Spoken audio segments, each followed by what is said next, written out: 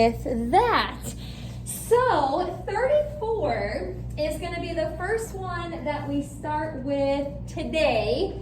And this is kind of a random problem in a way. It's a radical equation. It's a square root, but you're just supposed to match up the graph. We probably talked about these graphs a little bit, maybe even last semester, and then maybe a little bit this semester also. But I'll show you, or just kind of tell you, a quick way to know what graph this is. And again, this is some stuff that we've talked about throughout the whole year. But if you are adding a number on the inside of an equation, or just a function like this, adding on the inside actually moves it to the left. So remember the square root graph, if you think about just the parent function, it started at the origin and just kind of sprouted out from there. It's not going to be choice A, because choice A is flipped and scooted over to the right 3. Choice C over here was shifted right 3. That's not correct. This was flipped and shifted to the left. We don't need to flip it. We just need to shift it to the left 3 places. So that would be D for 34. Now remember, when I make the final, I take this review packet, delete 16 of the questions, and then the remaining 30, I'll just go through and change a little bit.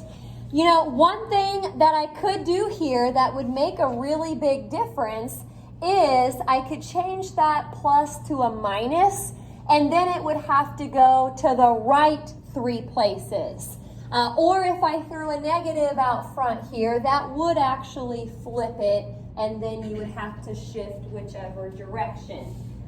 So might be something to remember. If you have a number in front of it, what does it do? So a number multiplied by the function, like let's say there was a 2 out front, that was what we call the vertical stretch. You won't see that on the final though. The only thing that could happen for our final is a negative out front, just like a -1, or maybe an adding or subtracting on the inside. I guess there could be adding or subtracting on the outside, but you won't have any like other numbers in front to worry about. That is right. Any other questions on that one? Okie doke. Well, let's keep on rolling here. 35 is another graph, but this is exponential. And when we graphed exponential functions in class, we probably made a table. I'm not sure how many x's exactly that we picked, but you know, on the final, you could try to maybe just start with like a -2, a -1, 0, 1, and 2. So if I'm plugging those in for x, remember the exponents look kind of weird on this program, but this is like a 4 to the x power. So you could use your calculator. 4, I'm going to type it in as I say it, 4 to the -2nd power would give me a 0.0625.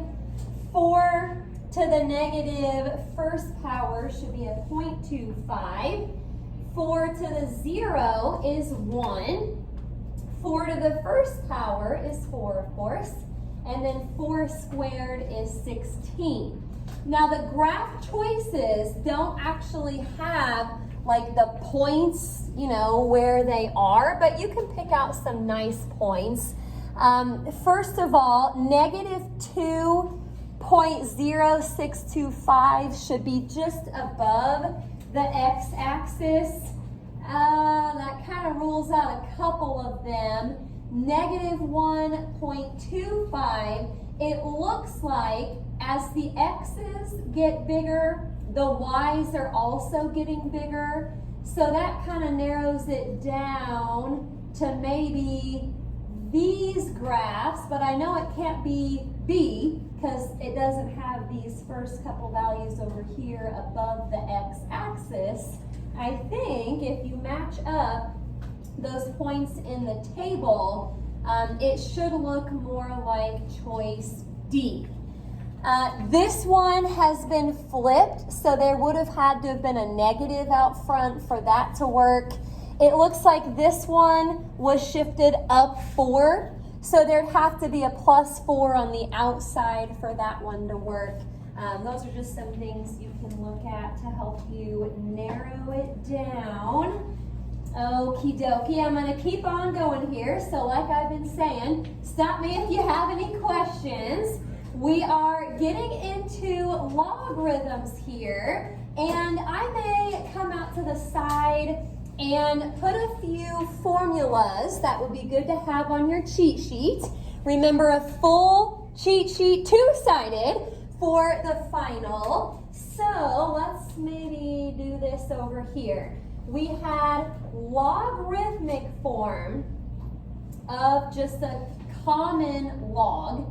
So log base b of x equals y. You can switch that up with exponential form, which says b to the y power equals x. We'll probably do a little bit with that on 36. I'm going to go ahead and put the logarithmic form and exponential form for the natural log also, because I think on maybe the next page we have a natural log. So ln of x equals y. You can interchange that with e to the y power equals x. The base of all natural logs was e. So that's why we don't really put it there as a subscript, because we always assume the base is e. Well, to do number 36, they are giving us a logarithm here, and we're supposed to evaluate it. Now, to make this look like logarithmic form, I'm just going to set it equal to y real quick, and then I'm going to change it to be in exponential form. So if you're matching this up to those formulas that we wrote down, the base is 3, the x is 243, and the y is y. So this would turn into 3 to the y power equals 243.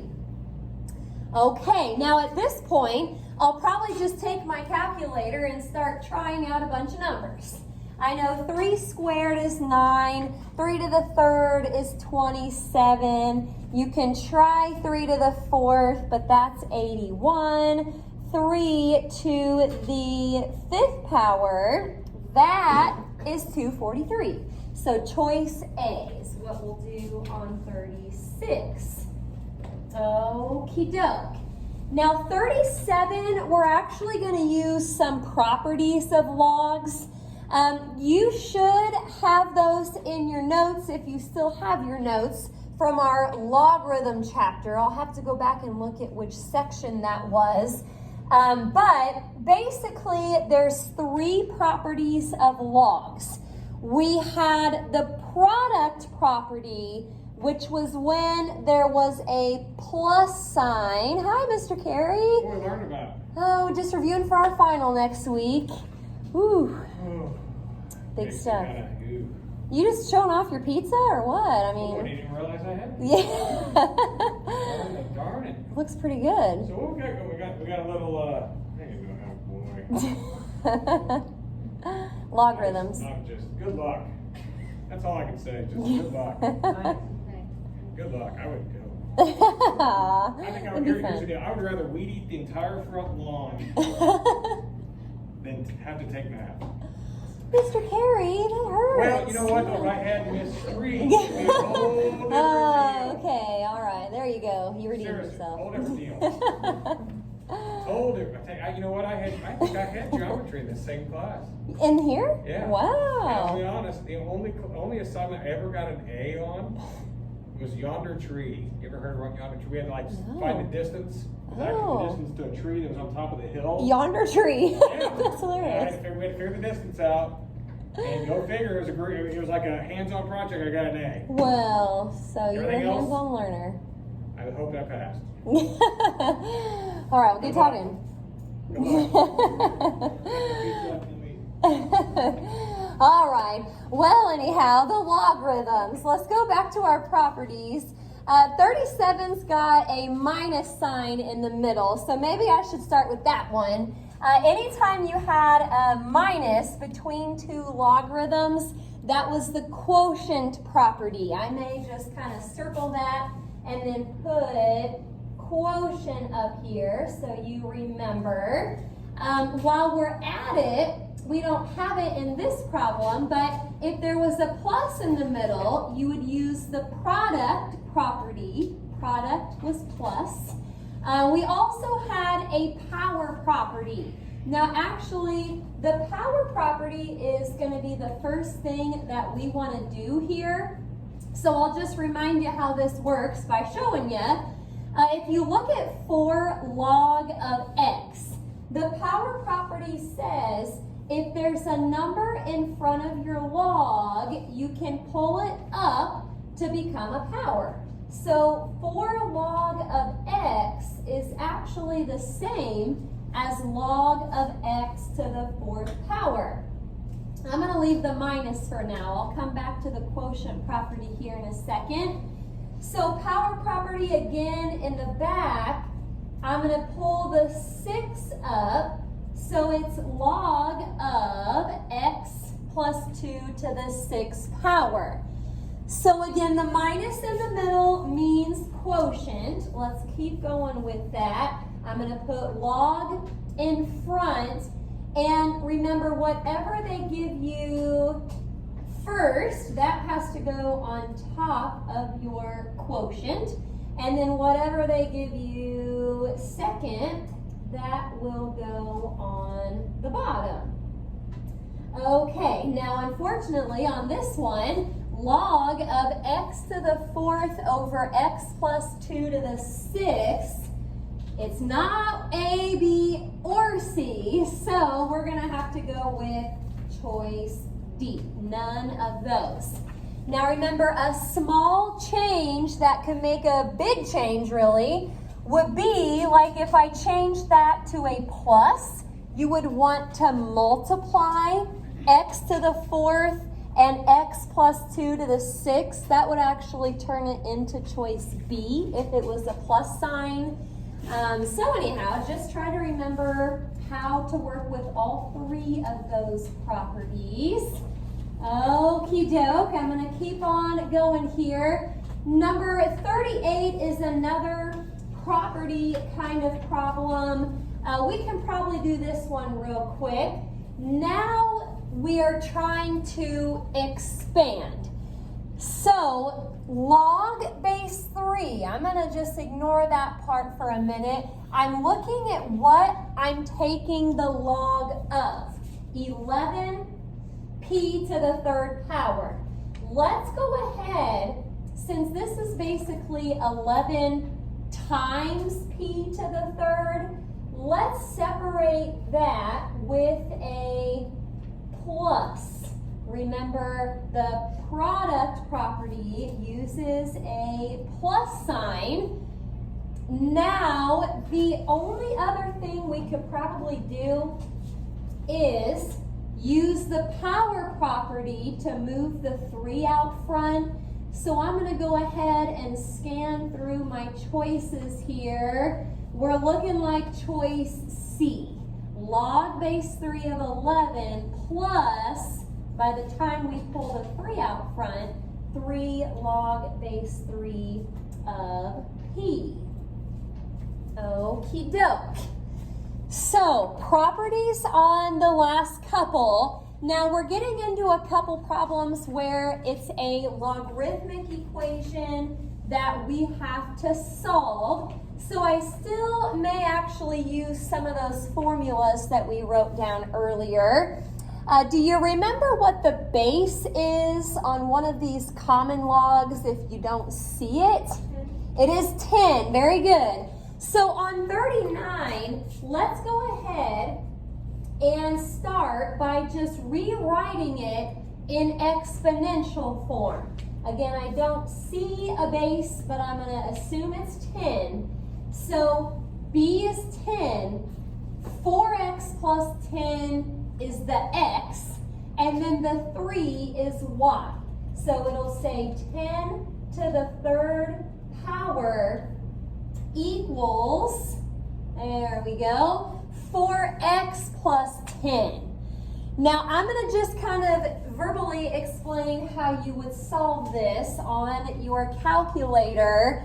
You'll want to start by taking 10 to the third power, which should be 1,000. So this is 1,000. We need to subtract 10 from that. So 990 is over here. Then I have to divide by 4. So I got back a decimal. Probably your calculator would give you a decimal also. It was 247.5.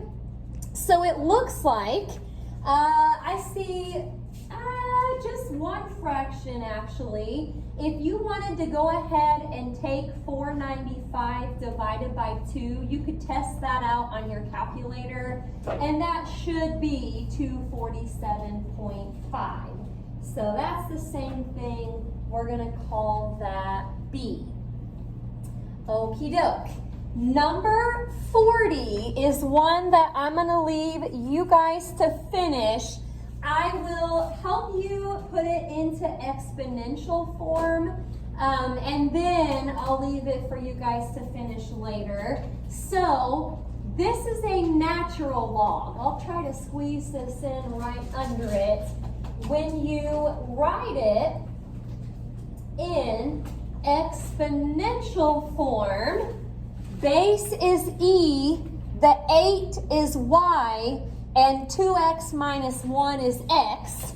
So as long as you can remember how to find the E button or where the E button is, that shouldn't be too much different than the one right before.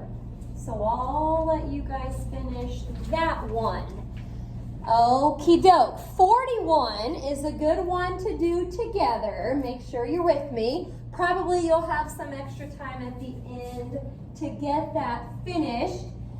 This is an exponential equation now, not logarithmic. So what we need to do first on 41 is, I don't know, maybe I'll bring my work down here so I've got a little bit more room. But we need to get the part with e by itself. So add 2 to both sides. It'll say 6e to the 4x equals 5. I'm going to keep going with this. Divide by 6.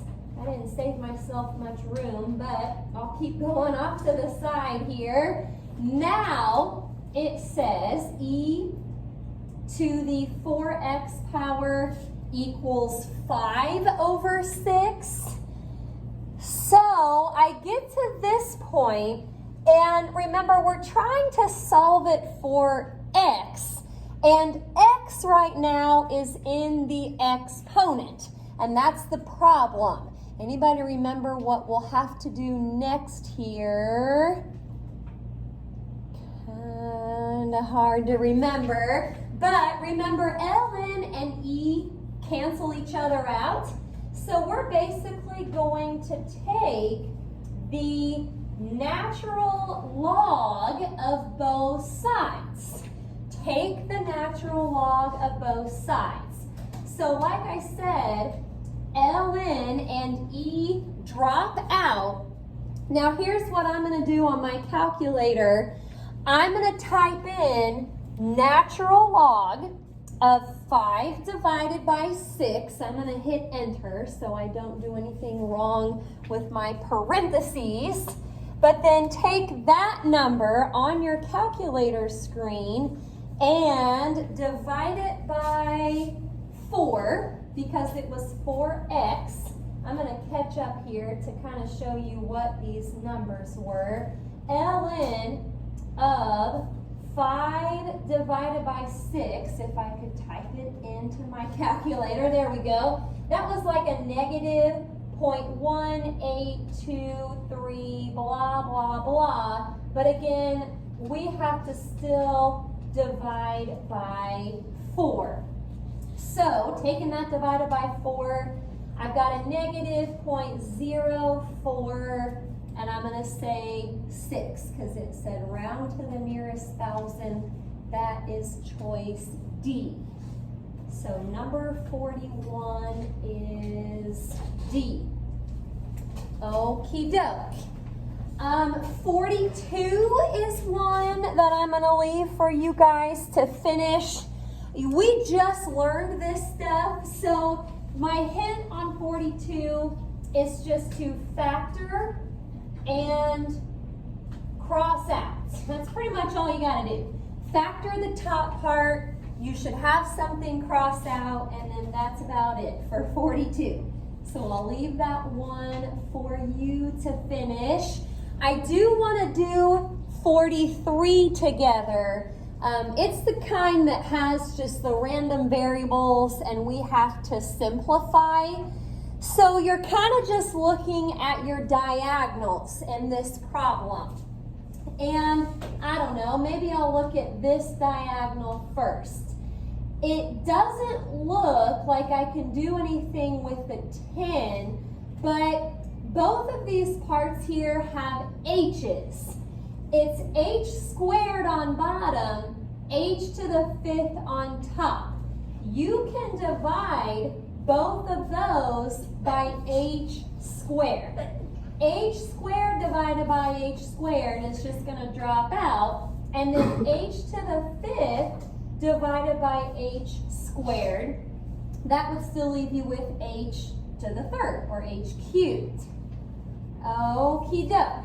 Now for the other diagonal, you can't do anything with the 3 and the 10, but you can divide by g squared.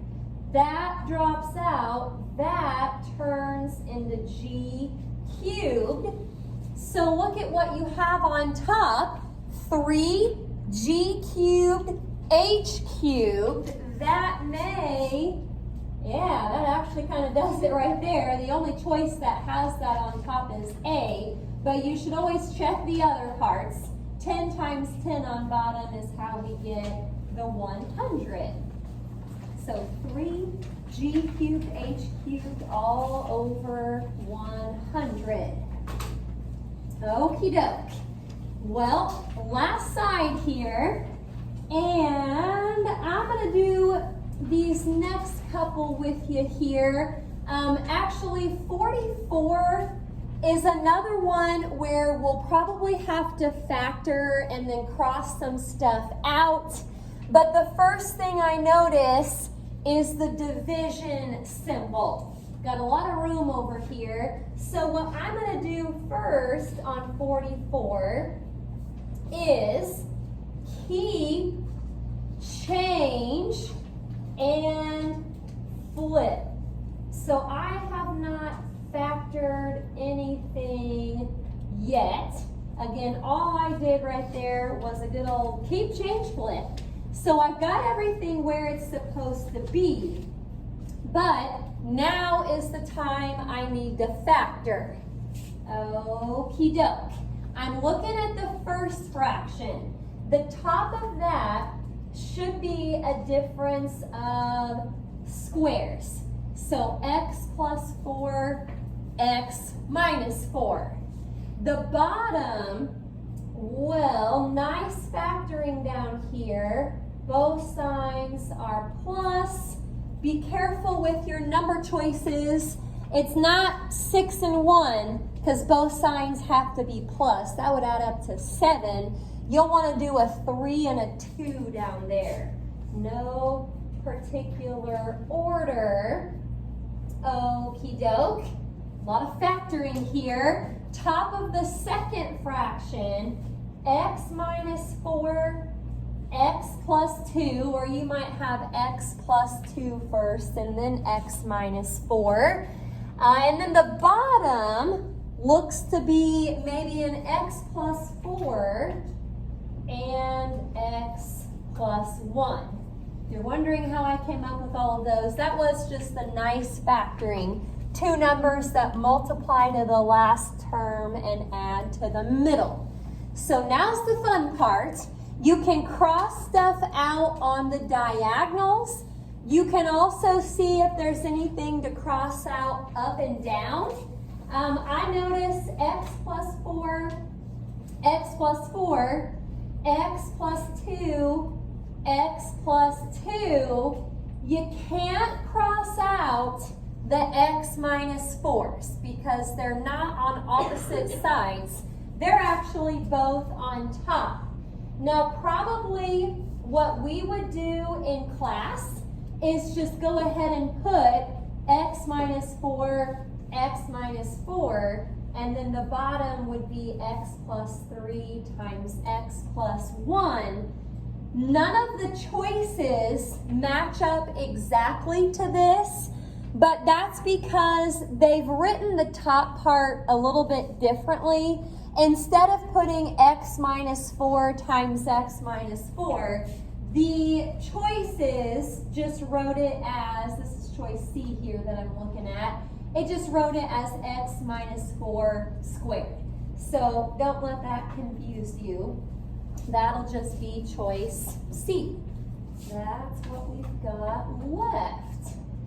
Okie dokie. Now, 45 actually just wants the least common multiple. Again, this is the stuff that we just did in chapter 8. So pretty much, I'm going to factor each one of those. And remember, each parentheses needs to appear one time. So let me come down here to do this first trinomial. Nice factoring.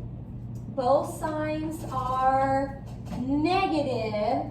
You're going to probably need a 6 and a 1 there, whichever order you want. And then for the second trinomial, factoring that one, signs actually have to be different. Different, Mrs. Street. Hello, put a minus there. And then, careful where you put these numbers. I'll have to do a positive 4 and a negative 1.